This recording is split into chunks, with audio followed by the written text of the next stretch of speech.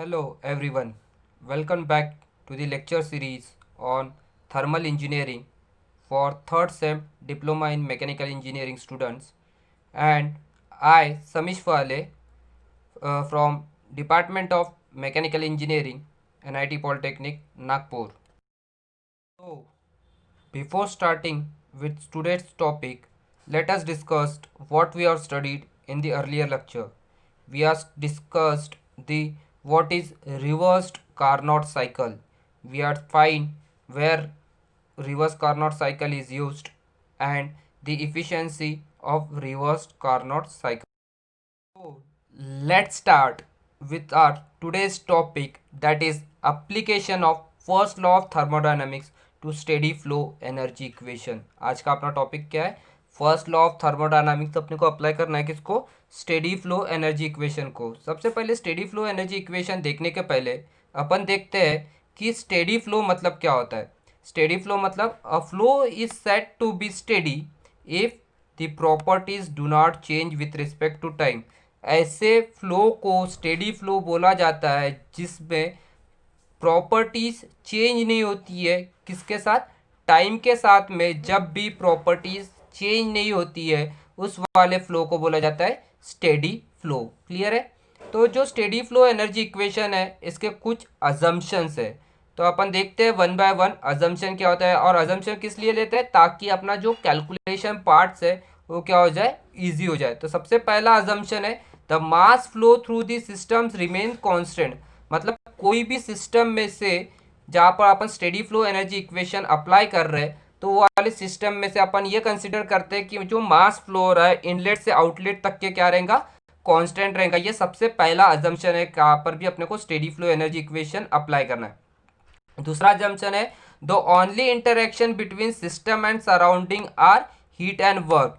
तो जहाँ पर भी अपन steady flow energy equation apply करेंगे वहाँ पे सिस्टम और सराउंडिंग के बीच में जो इंटरेक्शन होगा वो सिर्फ काय के किससे होगा, हीट और वर्क से ही होगा. इसके अलावा और दूसरा कोई भी इंटरेक्शन कंसीडर नहीं किया जाता है. उसके बाद में नेक्स्ट ये है कि the state of fluid remain constant.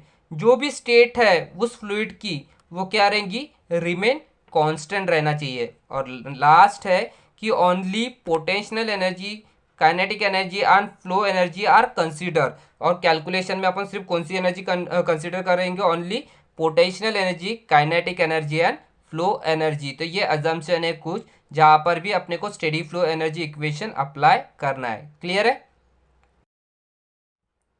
तो देखते हैं स्टेडी फ्लो एनर्जी इक्वेशन होता क्या है. तो स्टेडी फ्लो एनर्जी इक्वेशन देखने के लिए यहाँ पे मैंने एक सिस्टम कंसीडर किया है. यहाँ पे मैंने क्या किया है, एक सिस्टम कंसीडर किया है जिसका एक इनलेट पॉइंट है और एक आउटलेट पॉइंट है. और ये जो सिस्टम है ये एक रेफरेंस प्लेन से कुछ हाइट के ऊपर में रखा हुआ है. वो रेफरेंस प्लेन को मैंने बोला है डेटम प्लेन.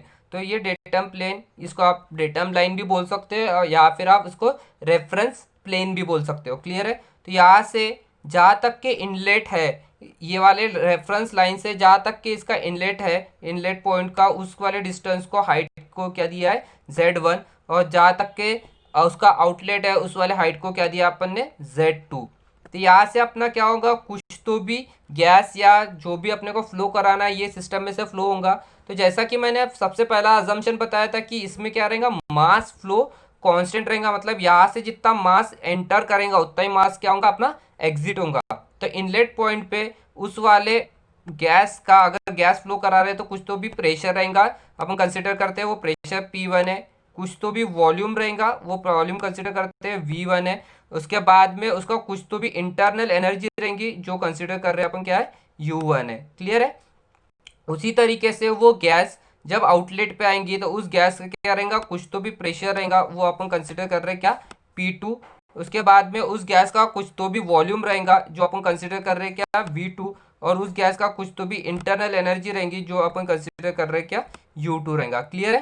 तो देखते हैं. तो अभी एनर्जी एट इनलेट, ये इनलेट के ऊपर में कौन सी एनर्जी, कितनी एनर्जी रहेंगी वो वाले गैस की, ये देखते हैं. तो एनर्जी एट इनलेट अपन ने जैसा बताया कि अपन कौन सी एनर्जी लेने वाले हैं सिर्फ कंसिडर में, एक तो काइनेटिक एनर्जी, दूसरी पोटेंशियल एनर्जी, तीसरी इंटरनल एनर्जी और चौथी फ्लो एनर्जी. अभी काइनेटिक एनर्जी का फॉर्मूला सभी को पता है, क्या होता है, half M V square, half M V square. V अपन इसलिए लेते थे कि वो क्या रिप्रेजेंट करता था, वेलोसिटी। अभी यहाँ पे वॉल्यूम भी है और वेलोसिटी, तो कंफ्यूज नहीं होना चाहिए, इसलिए यहाँ पे मैं वेलोसिटी को डिनोट कर रहा हूँ कैसे, सी से। तो यहाँ पे कंफ्यूज नहीं होना, ये जो सी है ये क्या है अपना वेलोसिटी। तो काइनेटिक एनर्जी का इनलेट में काइनेटिक एनर्जी कितनी रहेगी, हाफ एम सी वन का स्क्वायर। वन किस लिए, क्योंकि इनलेट पॉइंट को अपन कैसे रिप्रेजेंट कर रहे हैं, वन से। क्लियर है। उसके बाद में पोटेंशियल एनर्जी का फॉर्मूला क्या होता है, एम जी एच। एम क्या होता है अपना मास, जी ग्रेविटी, और एच क्या होता है हाइट। तो फर्स्ट इनलेट के ऊपर में हाइट कितनी है रेफरेंस पॉइंट से, z1, इसलिए यहाँ पे हाइट की अपन ने कितने लिया है, z1।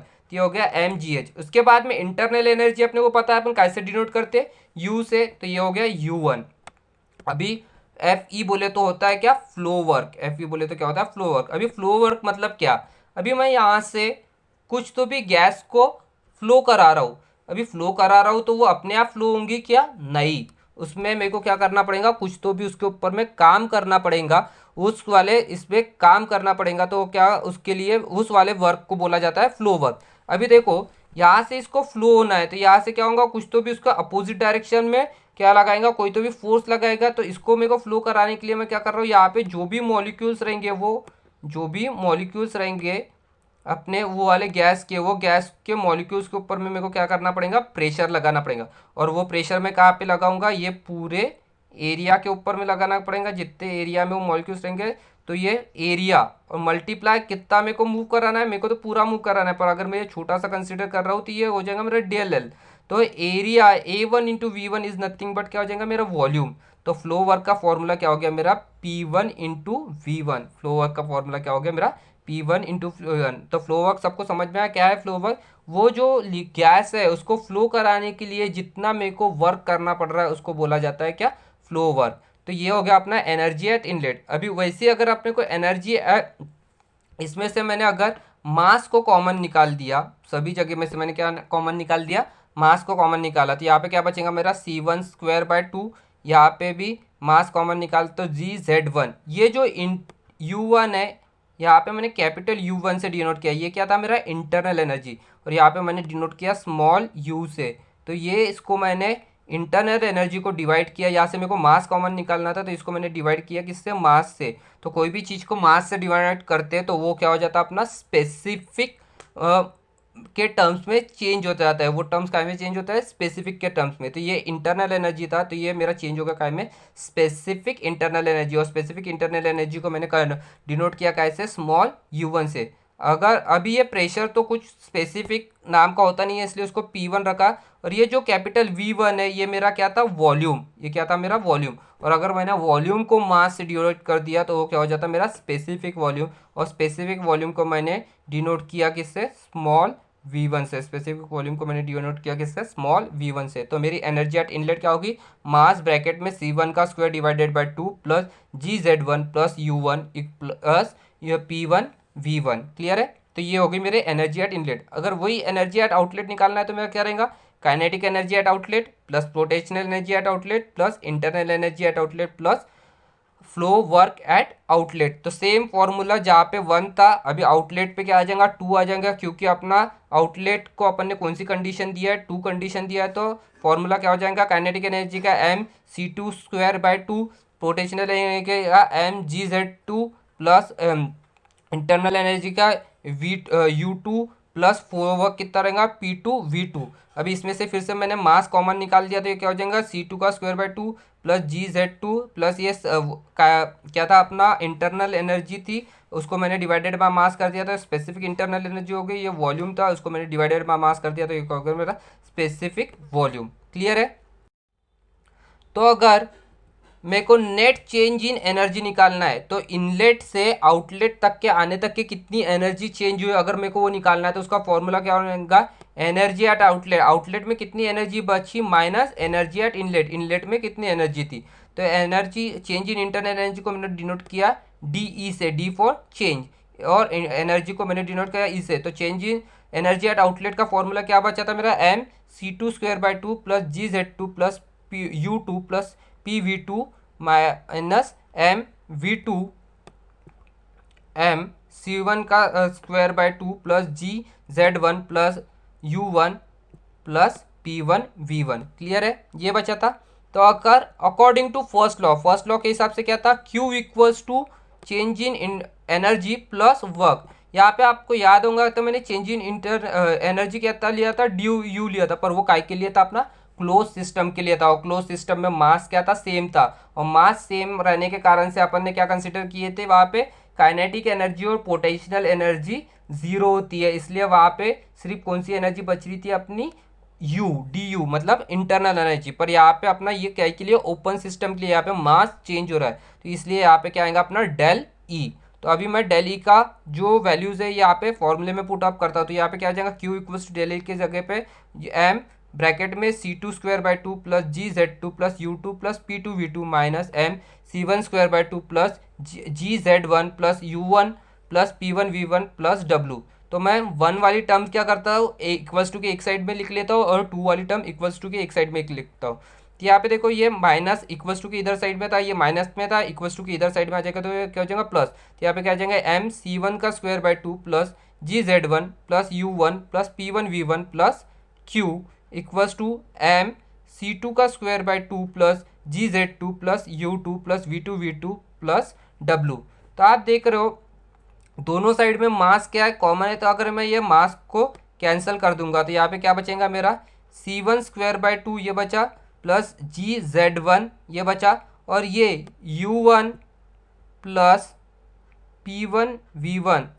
अपन ने एक टर्म पढ़े थे एंथैल्पी करके, एंथैल्पी क्या था, it is the sum of internal energy and product of pressure and volume. तो यही है, sum of internal energy and product of pressure and volume is nothing but H1 होता है। सॉरी क्या होता है, एंथैल्पी। तो इसको डिनोट किया मैंने कैसे, H1 से। तो ये enthalpy at inlet plus Q equals to C2²/2 plus GZ2 plus U2 plus P2V2, ये भी क्या हो जाएंगी अपनी एंथैल्पी एट आउटलेट, जिसको मैंने H2 प्लस W।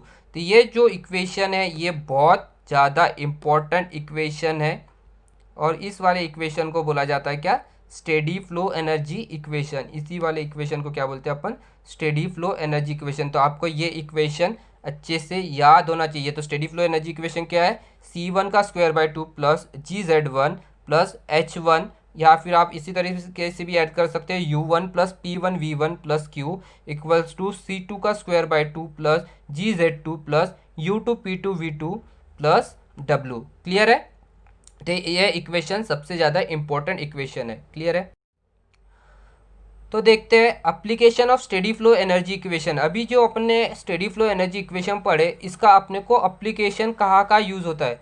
तो इस वाले अपने इसमें तीन टाइप के डिवाइसेस होते हैं। एक होता है वर्क परफॉर्मिंग डिवाइसेस, जो वर्क देता है अपने को करके। एक होता है वर्क एब्जॉर्बिंग डिवाइसेस, जो जिसको चलाने के लिए अपने को वर्क देना पड़ता है। और एक होता है जिस neither work absorbing nor work producing, जिसको अपने को ना वर्क देना पड़ता है ना वो वर्क प्रोड्यूस करके देता है। तो सबसे पहला अपना वर्क परफॉर्मिंग डिवाइसेस।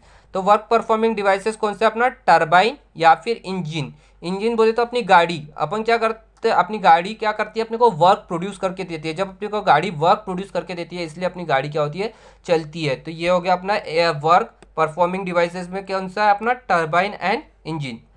उसके बाद में है वर्क एब्जॉर्बिंग डिवाइसेस, जैसा जिसको चलाने के लिए अपने को क्या करना पड़ेगा, वर्क देना पड़ेगा। तो वो कौन सा, अपना कंप्रेसर और पंप। जैसा अपना घर का पंप, पंप को पानी अगर नीचे से, नीचे वाले ग्राउंड लेवल से अपने को टंकी में भरना है, तो पंप अपने आप पानी नीचे से ऊपर चढ़ाता है क्या, नहीं, उसको अपने को क्या करना पड़ता है, इलेक्ट्रिसिटी देना पड़ता है। मतलब अपन वर्क देते हैं तब वो क्या करता है, काम करता है। मतलब ग्राउंड फ्लोर से पानी कहाँ पर चढ़ाता है, ऊपर वाले फ्लोर पे। क्लियर है। उसके बाद में neither work performing nor work producing, तो वो वाले डिवाइसेस है कौन सा, बॉयलर, नोजल और कंडेंसर। तो यहाँ पे एक एक करके अपन देखेंगे कि ये जो डिवाइसेस है इसमें स्टेडी फ्लो एनर्जी इक्वेशन अपन किस तरीके से अप्लाई करते हैं। क्लियर है। तो सबसे पहला जो डिवाइस है अपना वर्क परफॉर्मिंग डिवाइस, उसमें अपने को पढ़ना है वाटर टर्बाइन। तो यहाँ पे दिख रहा है आपको वाटर टर्बाइन, एक डायग्राम बनी हुई है जिसमें एक हाइट्स के ऊपर से क्या हो रहा है, पानी फ्लो किया जा रहा है। पानी फ्लो होगा तो ये अपना जो टरबाइन की ब्लेड से ये रोटेट होंगी तो ये शाफ्ट रोटेट होगा, शाफ्ट रोटेट होगा तो वर्क प्रोड्यूस होगा, और वो शाफ्ट कनेक्टेड है किसको, जनरेटर को, जनरेटर से इलेक्ट्रिसिटी प्रोड्यूस होगी और वो पानी फिर बाहर निकल जाएगा। क्लियर है।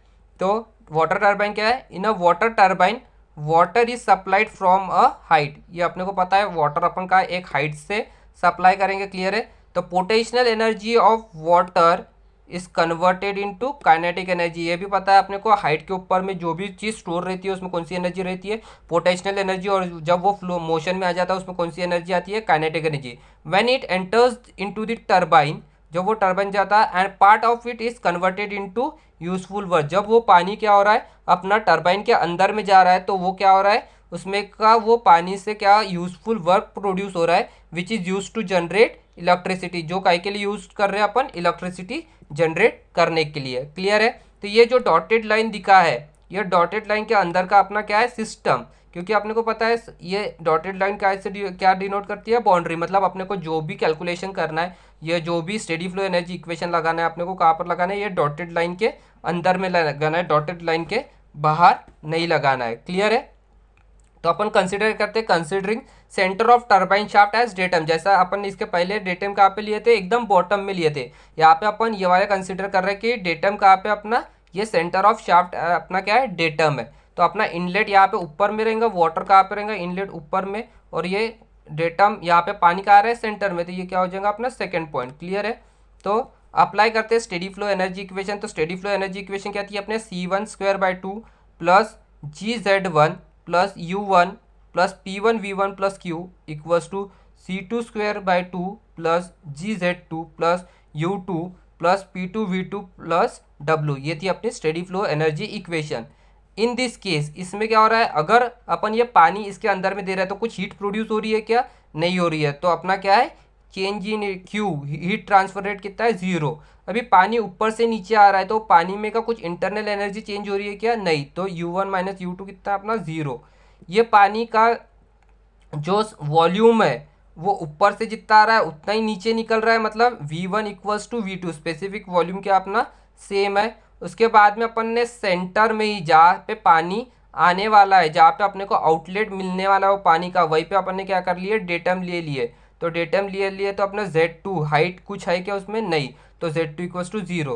तो अभी ये जीरो होने के कारण से क्या हो जाएगा, यहाँ पे देखिए ये इक्वेशन में ये वाला टर्म C1²/2 जीरो हो सकता है क्या, नहीं, ये तो है, तो यहाँ पे अपन ने लिख दिया है GZ1 जीरो है क्या, नहीं, हाइट तो है कुछ वाटर की, ये Z1 दिख रहा है अपने को, तो हाइट है, प्लस U1 इंटरनल एनर्जी है कि यहाँ पर यूटर एनर्जी क्या होगी, जीरो, तो ये हो गया अपना term zero, plus pressure P1V1, यहाँ पे V1 को अपन ने कैसे डिनोट कर दिए, एक V से स्पेसिफिक, तो ये क्या हो गया P1 × V, plus heat transfer हो रहा है क्या, नहीं हो रहा है, तो ये क्या हो गया अपना जीरो, इक्वल्स टू ये वाले साइड में देखते क्या बचा है अपना, C2² बचा है, Z2 जीरो हो गया, तो ये पूरी की पूरी टर्म क्या हो जाएंगी, जीरो हो जाएंगी, इंटरनल एनर्जी है नहीं तो ये टर्म जीरो हो जाएंगी।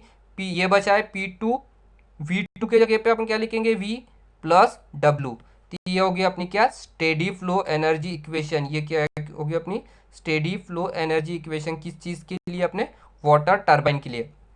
अभी यहाँ पे वर्क डन में अपन ने क्या की है, W की जो यूनिट ली है वो क्या ली है, पॉजिटिव, वो पॉजिटिव क्यों लिए, work done is taken as positive, positive इसलिए because work is produced by the system, क्यों, क्योंकि ये जो सिस्टम अपन ने जो कंसिडर किए ये अपने को क्या कर रहा है, वर्क प्रोड्यूस करके दे रहा है, इसलिए उसको अपन ने क्या लिए, पॉजिटिव, क्लियर है। अगर अपने को वर्क देना पड़ता तो अपन क्या लेते हैं उसको, नेगेटिव, क्योंकि अपन ने ये वर्क डन के जब अपन ने वर्क ट्रांसफर पढ़े थे तब अपन ने देखे थे कि कब पॉजिटिव लेने का कब नेगेटिव लेने का, तो अभी सिस्टम ने अपने को वर्क प्रोड्यूस करके दिया है, इसलिए यहाँ पे अपन क्या लेंगे, वर्क डन पॉजिटिव, क्लियर है। नेक्स्ट जो अपने को एप्लीकेशन लगाना है स्टेडी फ्लो एनर्जी इक्वेशन का, उसको किसको, स्टीम और गैस टरबाइन को। तो यहाँ पे दिख रही है एक स्टीम और गैस टरबाइन, एक टरबाइन है, ये 1 पॉइंट है, यहाँ से क्या होगा अपना इनलेट आएगा और यहाँ से अपना क्या होगा, आउटलेट होगा, क्लियर है। ये जो बाउंड्री है इसके अंदर का जो चीज़ है वो अपना क्या है, सिस्टम। तो स्टीम टरबाइन क्या होती है, इन स्टीम टरबाइंस स्टीम और gas is pass through the turbine, steam और गैस पास होता है and part of its energy is converted into work, उसमें का वो जो स्टीम है उसके कारण से अपना क्या होगा, वर्क प्रोड्यूस होता है, with the output of the turbine runs a generator, ये टरबाइन का जो आउटपुट रहेगा वो क्या रहता है, जनरेटर को चलाता है और जिसके कारण से इलेक्ट्रिसिटी प्रोड्यूस होती है। The steam of gas leaves the turbine at lower pressure and temperature, और स्टीम क्या होती है, लोअर प्रेशर और टेम्परेचर पे आउटलेट पे बाहर निकलती है। तो चलो इसको अप्लाई करते हैं अपनी स्टेडी फ्लो एनर्जी इक्वेशन। तो स्टेडी फ्लो एनर्जी इक्वेशन सबको क्या है, पता ही है, C1 का square by 2 plus GZ1 plus U1 plus P1V1 plus Q equals to C2 का square by 2 plus GZ2 plus U2 plus P2V2 plus W।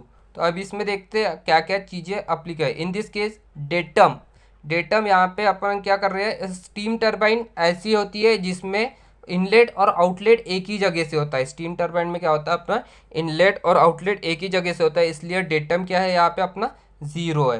तो अभी डेटम ज़ीरो है तो क्या हो जाएगा, क्या क्या चीज़ें इसमें बचती है देखते हैं। तो ये वाला टर्म कटेगा क्या, नहीं, तो ये C1 का square by 2 as it is आएगा। उसके बाद में Z1 equals to Z2 equals to zero है, तो ये क्या हो जाएगा, अपना जीरो हो जाएगा। तो यहाँ पे आएगा नहीं, U1 प्लस P1V1 चेंज नहीं हुआ है तो एज इट इज आएगा U1 प्लस P1V1। यहाँ पे अपन ने लिख दिया U1 plus P1V1 plus Q।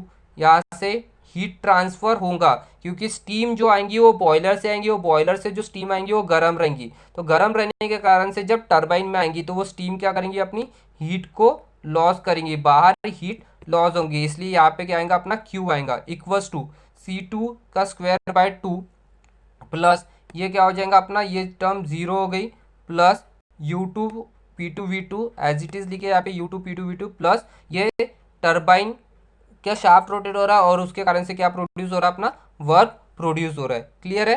तो देखते हैं, देखो इसमें C1 का square by 2 as it is रखे, ये U1 प्लस P1V1 को क्या लिख सकता हूँ मैं, एंथैल्पी लिख सकते हो H1। अभी हीट क्या हो रही है, सिस्टम से बाहर आ रही है, अपन सिस्टम को दे रहे कि हीट नहीं, सिस्टम से बाहर आ रही है, इसलिए यहाँ पे उसकी हीट ट्रांसफर की यूनिट क्या ली है, अपन ने नेगेटिव ली है। इक्वल्स टू C2 का स्क्वायर प्लस U2 P2V2 को मैं क्या लिख सकता हूँ, H2। U2 P2V2 को क्या लिख सकता हूँ मैं, H2 प्लस अभी वर्क मैं नेगेटिव लूंगा कि पॉजिटिव लूंगा, इसके लिए देखता हूँ अभी वर्क क्या हो रहा है, सिस्टम प्रोड्यूस करके दे रहा है, वर्क सिस्टम प्रोड्यूस करके दे रहा है। तो हरदम जब भी सिस्टम अपने को वर्क प्रोड्यूस करके देगा वो क्या रहेगा, अपना पॉजिटिव, इसलिए वर्क की साइन क्या लिया अपने पॉजिटिव, और क्यू हीट ट्रांसफर की साइन क्या लिया, नेगेटिव। वही यहाँ पे लिखा है, the sign of Q is negative because heat is rejected. Heat क्या हो रहा है, रिजेक्ट हो रही है, या फिर comes out of the boundary, ये सिस्टम से बाहर आ रहा है, इसलिए अपन क्यू क्या ले रहे हैं, नेगेटिव। ये अपन ने हीट ट्रांसफर में पढ़े थे, कब पॉजिटिव लेना है कब नेगेटिव लेना है। The sign of W is positive, positive के लिए because work is done by the system. Work क्या कर रहे हैं अपन, सिस्टम के ऊपर में वर्क कर रहे हैं, और work comes out of the boundary, work क्या आ रहा है, सिस्टम अपने को करके दे रहा है, इसलिए अपन उसको क्या लिए थे, पॉजिटिव लिए थे। क्लियर है, समझ में आया। तो ये वाली इक्वेशन जो है C1 square by 2 plus H1 minus Q equals to C2 square by 2 plus H2 plus W, ये इक्वेशन किस चीज़ के लिए, steady flow energy equation for steam और गैस टरबाइन। क्लियर है। तो स्टेडी फ्लो एनर्जी इक्वेशन है किसके लिए, स्टीम और गैस टरबाइन। इसके पहले जो इक्वेशन दिए गए थे वो किसके लिए थी, अपनी वाटर टरबाइन के लिए। क्लियर है।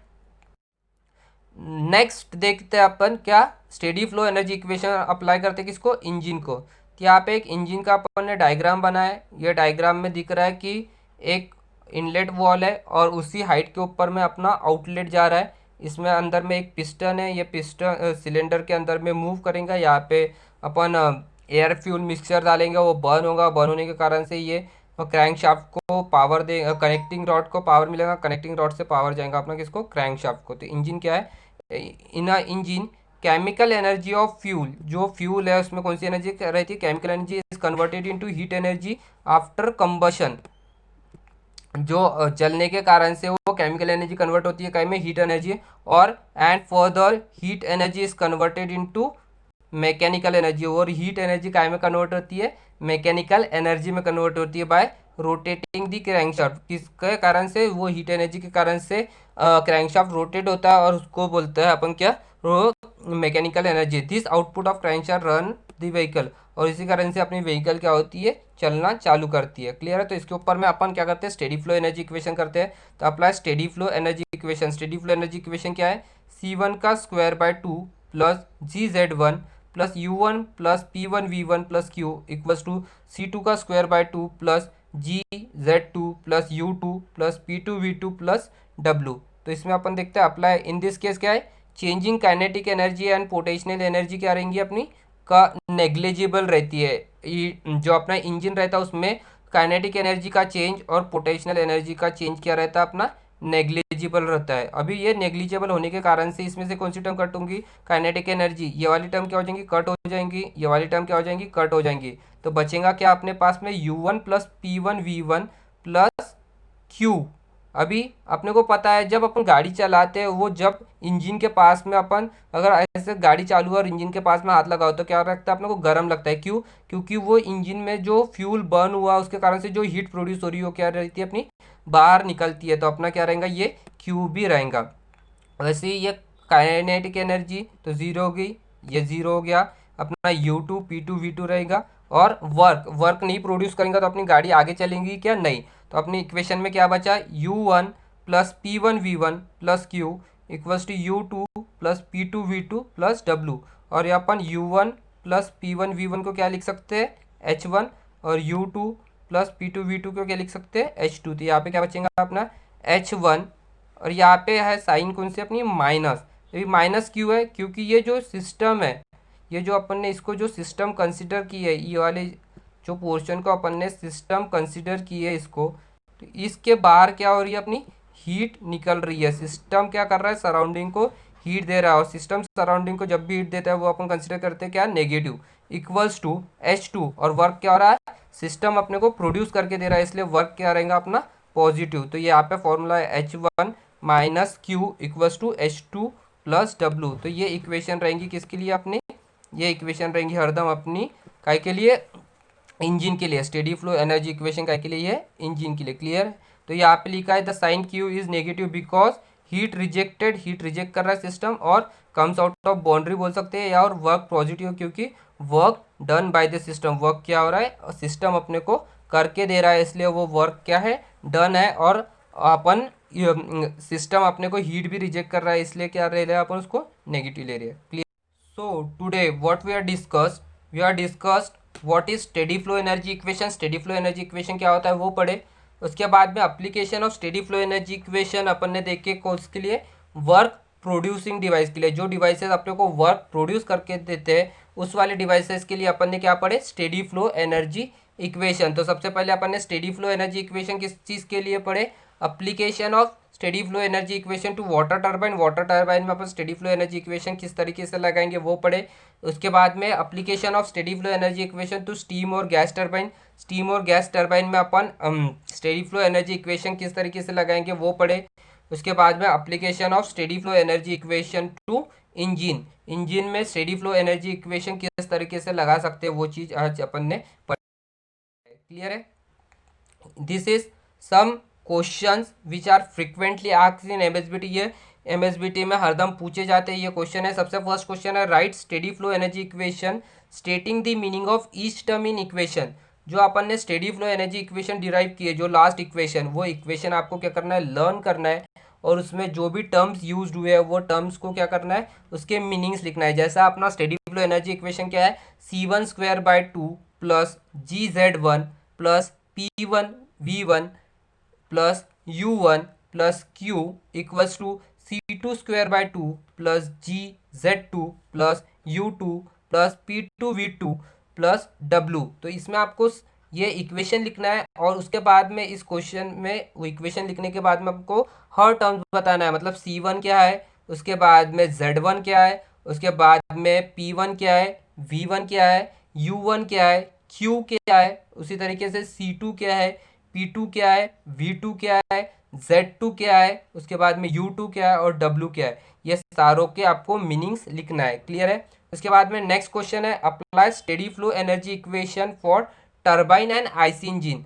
अभी जो अपन ने टरबाइन और आईसी इंजन जो पढ़े उसमें जो एप्लीकेशन लिखे स्टेडी फ्लो एनर्जी इक्वेशन, तो वही चीज़ आपको लिखना है। तो आप इसका आंसर कैसे लिखोगे, अगर आपको टरबाइन का पूछा है, यहाँ पे मेंशन नहीं किया है कि वाटर टरबाइन को अप्लाई करना है या अपने को आईसी स्टीम टरबाइन को अप्लाई करना है। तो आप अगर ऐसा क्वेश्चन आया तो आप वहाँ पे मेंशन करने का कि आप किसको अप्लाई कर रहे हैं, वाटर टरबाइन को अप्लाई कर रहे हैं कि स्टीम टरबाइन को अप्लाई कर रहे हैं। वो मेंशन करने के बाद में जो भी टरबाइन के लिए आप अप्लाई कर रहे हो उसका आप डायग्राम बनाओगे। उसके बाद में आपको लिखना है कि वाटर टरबाइन को अप्लाई कर रहे हैं तो वाटर टरबाइन क्या होती है, फिर उसके बाद में लिखने का apply steady flow energy equation two water turbine. फिर जो अपनी स्टेडी फ्लो एनर्जी इक्वेशन है वो लिखने का, और उसके लिए जो टाइप्स है उसका, जो केसेस है वो लिखने का, और उसके बाद में जो चीज़ें नहीं आती उसको कट करके फाइनल एक इक्वेशन बनाने का। क्लियर है? उसी तरीके से आपको आईसी इंजन के बारे में भी लिखना पड़ेगा। क्लियर है? तो थैंक यू। अगर आपको किसी को भी कुछ डाउट आता है इस टॉपिक से रिलेटेड तो आप मुझसे कांटेक्ट कर सकते हो। Thank you.